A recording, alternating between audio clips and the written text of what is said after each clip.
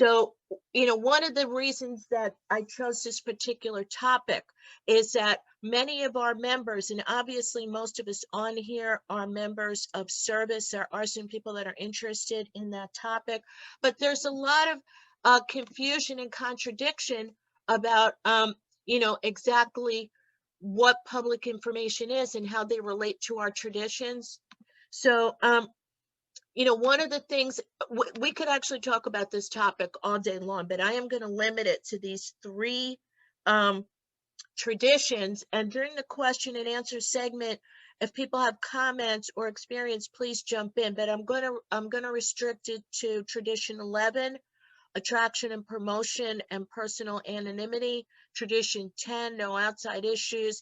And also anybody that does public relations, these traditions are important when we're presenting to the public, but many of our own members have a lot of strange mythology and misperceptions about how these impact us in our recovery life and in dealing with the public. So one of the first mythologies that I've experienced is that most members think that they get to Narcotics Anonymous like strictly through a detox or a rehab.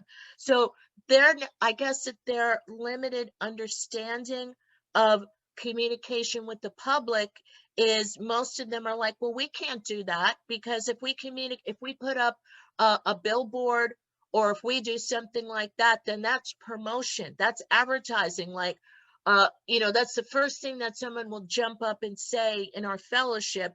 When it comes to that, it's a big mythology. The reality is that, and actually Simon did an amazing job of referring to that in his presentation, is that when we reach out to the public and the people who refer addicts to our fellowship are many, many times what we can do from a single presentation in a detox or rehab. So the reality of the attraction of our messages, it's actually a part of our spiritual aim in Narcotics Anonymous. If an addict has never heard of us, they can't seek us out. And actually, there are so many more professionals than you can imagine who still have never heard of Narcotics Anonymous. So while the attraction of our message means different things on a personal level, obviously some people say that the individual addict may be the only basic text that a person is ever in contact with. Really, the attraction of our message means that NA needs to be widely known and respected in the community. So obviously, billboards like this, I know Connecticut had a big billboard and many billboards for a period of time, and PSAs are out there, public service announcements on the radio and so forth. So here are the some range of people and agencies that refer addicts to NA. We don't have a segment on school presentations now, but we've done school presentations in the Brooklyn and New York City area. DUI schools refer us, obviously family members, medical doctors, pain management, emergency room, courts and police, just to name a few. So, the other big misconception, and once again, I'm probably just speaking to the choir in here, is that many Narcotics Anonymous members think that public service announcements are promotion and that somehow they're against our traditions. So the reality is that it's absolutely the job of public relations committees to inform the public of who we are and where we can be found. That the onus is on us as Narcotics Anonymous. Promotion, by contrast, is making some kind of overblown claim to what can happen if you come to NA. Come to NA, you'll get a girlfriend, you'll get that great job, all your problems will be over. That's promotion. That's not what happens. But ultimately, we need more members who can assist us in bringing our message to wider forms of social media. Tony from Connecticut talked about using Facebook and public Facebook. And actually, NA World Services has an Instagram page right now, you know, to reach wider members. We need to be using things like TikTok. We need to be using Twitter more. It's the job of Narcotics Anonymous to use these media platforms to reach a wider group of members. That's the reality. So, one of the other misconceptions as it comes to personal anonymity is when it comes to, you know, the use of social media. And a lot of people like to cite traditions 11 and 12 when it comes to personal anonymity. I mean, here's the reality. On someone's personal page, uh, you know, we can't delegate what goes on in someone's personal page, and what they say and what they do. But when it comes to the 11 tradition and when it comes to the stance of Narcotics Anonymous, when we do presentations, if we do public relations presentations, then we need to be mindful of our personal anonymity, and also the anonymity of Narcotics Anonymous being like a poster person. We have no poster people that represent this entire fellowship. We all know what happened when you've got people who are very famous in films and run around say that they're from Narcotics Anonymous. There's been a bunch of actors that have said they're NA members and then they've overdosed and died. So clearly that's one reason why we don't go on press and film citing our fellowship. But when we do presentations, we can say, for example, we can either make a personal decision to say that we're volunteers for Narcotics Anonymous, or we can make that personal decision to say that we are members in recovery, and that, you know, to, you know, reveal our clean time if we choose to do that. So, one of the other, so the reality about the discretionary nature of revealing our personal anonymity, I just discussed that. So the level of the poster child, I went through that already. All right, so tradition 10 and outside issues. You know, I wanted to talk about this because for anybody that's done professional presentations, I know when we did one in a school and the teacher was like, "Oh, NA, we're so glad you're here. What is your stance on medical marijuana?" Right? Clearly we can say NA has no opinion on those things, but when it comes to talking to treatment about MAT and DRT, medical assisted treatment and drug replacement, to just say that this is an outside issue really is kind of a missed opportunity. We can absolutely tell these professionals that we have experience of long-time members getting clean and staying clean, and that have detoxed from those substances. So just to say that it's an outside issue, I think we're kind of, you know, cutting ourselves short there.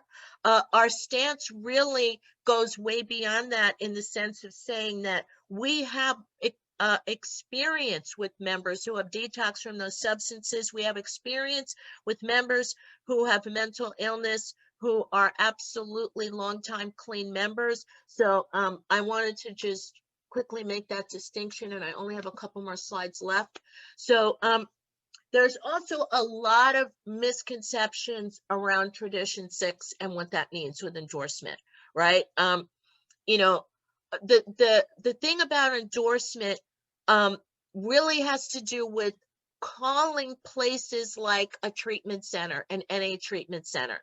And this absolutely happens all over the country. People that that will Google treatment, they will sometimes find treatment centers that have co-opted the NA name and call themselves NA treatment centers, NA churches. Now, you know, the thing with NA merchandise, if you are an NA member, they have opportunities for you to become a licensed vendor with NA World Services. And the other piece about NA logos is that NA logos can be used by any subcommittee of Narcotics Anonymous, and we encourage that you use the NA logo on flyers so that people understand that it's not from another fellowship or from some other place. So so it's important, and I know actually that the Connecticut Public Relations Subcommittee spent a lot of time kind of tracking down some of these treatment centers and referral agencies that call themselves NA and kind of contacting those people. I know that Arizona spent some time doing that, and also New Jersey spent some time doing that as well in terms of protecting our the NA name and the sixth tradition. So finally, this is my last slide, that ultimately our challenge in public relations is to make sure that the NA helpline information, our website information, and our meeting information gets to the public using all means and avenues of media so that society understands who we are and what we do. Now, I know that this topic, I only scratched the surface with it, and I'm looking forward during the question and answer period for people to weigh in on it. I wanted to just briefly touch on a couple of those misconceptions. Bye, Bikash. Thank you so much for coming. It's late over there now. It's almost midnight over there in Hong Kong. So thank you so much for coming. All right, so at this point, we're gonna go to questions or comments from the floor. Rusty, Chicagoland. Go ahead, Rusty. Yeah, you briefly touched on the PSA aspect of billboards. And in our region, we had a misconception that because we took public service space, we were taking outside contributions. And I don't know if Flora's on right now, but she's got the line from World about how we drive on public highways and we don't pay extra to drive on the highway to get to a service commitment, and that us taking these public service announcement spots that are available for reduced or no cost to put up a billboard is not in any way a violation of the traditions. And same thing with any television or radio ads that we don't pay for. Let's call them ads, but they're public service announcements, what they really are.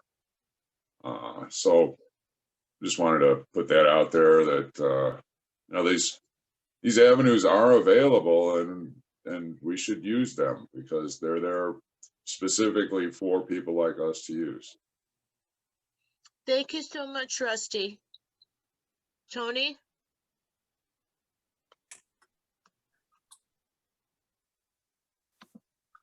Addict named Tony. So this is just a tidbit of additional information. Many years ago, the Connecticut region learned at the Florida Service Symposium that you could buy the Just for Today video from NAWS. The Michigan region would customize it with your regional information. And then the challenge was to get the PSA onto networks, which we couldn't do. But every cable company by law has to provide a community access channel. Any person or any organization can sign up as a town member or a market member to get a 20-minute time slot on community access channels. So we took our 20-minute video and we would have members who were willing to go sign up and say the Enfield market, the Manchester market, the Meriden market. At one point, Connecticut had our 20-minute PSA running in 16 markets because we were not getting anything for free that no one else was getting. So that's a very important point to notice that, no, we're not asking for special favors. We're signing up for resources that every member of the community can ask for. And this is a really great way to get the NA message out. Thanks. No, that is great information. We really appreciate that. Actually, Manhattan area is sitting on 2 PSAs right now, and we could be just getting them out to those local channels. So thank you so much. Elizabeth. Hi, everyone. I'm Elizabeth Eddy. I just jumped in, so I don't know if you covered this suggestion. when talking like to healthcare professionals, I understand about what your suggestions were, but for our North City area in Chicago, we include pamphlets with, virtual presentations or in trying to get in a facility for HI meetings. So we include some of the suggested resources for professionals on the NA's website, like the membership survey, in times of illness, NA groups and medication for those in treatment, and also NA and persons receiving medication assisted treatment, and also the new IP number 30, mental health in recovery. So it's, yes, we follow the traditions, but also we can include literature that targets the specific questions, concerns that most healthcare individuals will start talking about in a conversation that is kind of, all across the board. I mean, we can have the expectation that they're going to be concerned about certain areas regarding medication and other aspects of their field that reflect pertinent literature that we can offer. That's all. No, that's an excellent point, Elizabeth. And I think the misconceptions that I did, there were a bunch of them that I didn't address that specifically relate to professionals that I didn't include in this presentation because we were short for time. Misconceptions about thinking that we're treatment or that we're religious, but those are exactly what we want from the floor for people to weigh in on all of those things that were not mentioned. So thank you so much, Chicagoland. All right, we still have like about 7 more minutes for questions or comments on this topic. Rusty here again. Go ahead, Rusty. It's interesting you call PR PI. I do the same thing because it's been that long. Years ago, I got involved with public relations because we didn't have a presence in the radio and television, and I kept asking questions about it, and there was a lot of reasons that I was given that we didn't have those things. I became the Chicagoland Regional Public Information Chair in the early 90s, and we got public service announcements on the broadcast channels. There weren't a whole lot of cable channels in Chicago at the time. There was only 2 that didn't service us out of 10 channels. I have violated traditions in the past, unknowingly, and one of those was we were able to get our PSA out on WGN, which is a superstation, and that went worldwide, affected NA as a whole. It surely drove the helpline numbers up, and but it was just something to keep in mind where you're going to put these things. I didn't know that they were going to put it on their cable blaster as opposed to just the local station here, but that's what they did. We also had the issue with unions. I was able to get a hold of a public information person at WGN. They helped a lot getting our PSA out there and gave me and our region direction as to where to take it and why it wasn't being played. And you're right, it wasn't tagged from World. They wouldn't play it because it didn't have a local number. It didn't have a local contact information at the end of the PSA. We had to, at the time, get it edited. One of the advertising agencies in Chicago gave us editing services, and they directed us around the city to who could do a voiceover with the phone number and who could superimpose our number and our information at the back of that PSA that was provided from World. You know, that's so fascinating that you say that on a couple of counts. You know, Nassau area, who's coming in here later to do a presentation, they just did a PSA on 1010 Wins and a couple of other affiliates, and they only had the NA.org. And there was a bunch of big kind of reverberating backlash from some of our internal members saying there was no phone number. The radio station itself didn't request one. But I think that because because that station was broadcasting out like to several other states, I guess they felt that the NA.org was appropriate. But yeah, these kind of conversations, Rusty, we absolutely need to be having about these things right now. And actually, Manhattan area, we did our PSA over Zoom recording voiceover and had someone help us with that, so we didn't have to pay. But Nassau area, the radio station re-recorded their broadcast and then told them that they would have to pay for it to use it somewhere else. So it looks like all of these things are just almost case by case. Yeah, our experience was that we actually had a member at the time that was doing commercial voiceovers. They did the voiceover for free. The advertising agent, who was also very involved with nonprofits in his own life, he was a very big advertising agency here, and what he did for us was they would send large quantities of actual physical commercials and PSAs in a box to the local television outlets, which included NBC, CBS, ABC, WGN, some of the smaller UHF, if anybody remembers those. So about 8 stations would get these things every month, and he would send them every month out for us. And they ended up on television 3 o'clock in the morning, and you could tell when they played because that helpline would start to ring. Wow, that's very cool. All right, listen, we've got 2 more minutes for this segment before I introduce our next moderator. Are there any other questions or comments from anybody about misconceptions or myths as they relate to PR traditions and anyone's personal experience, or any commentaries for that? Go ahead, Simon. Hi everyone, thanks. It's been really interesting. I'm sorry, I'm cooking a family curry at the moment, so it's probably best not watched. I'm not I don't like people watching me when I cook. I thought that was, some of that stuff was really interesting.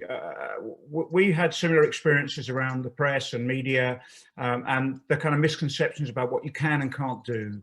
A long time ago, there's a big soap that's shown, it's very popular in the UK, called EastEnders. It's set in the East End of London in a square. It's a soap opera.